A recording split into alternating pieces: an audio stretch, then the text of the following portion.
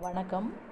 தாத்தாவிற்கு பேரன் திதி கொடுக்கலாமான்னு கேட்டிருந்தாங்க. அதாவது திதி கொடுக்கும் அதிகாரம் யாருக்கு இருக்குன்னா, இவரோட மூத்த மகன் இருக்கார் இல்லையா, அவங்களுக்கு மட்டும்தான் அந்த அதிகாரம் இருக்குது. அதாவது மகன் இருக்கும்போது பார்த்திங்கன்னா தாத்தாவுக்கு பேரன் திதி கொடுக்கக்கூடாது. அவங்க இல்லாத காலத்தில் தான் தாத்தாவுக்கு பேரன்ன்றவங்க திதி கொடுக்கணும். சரியா? நன்றி.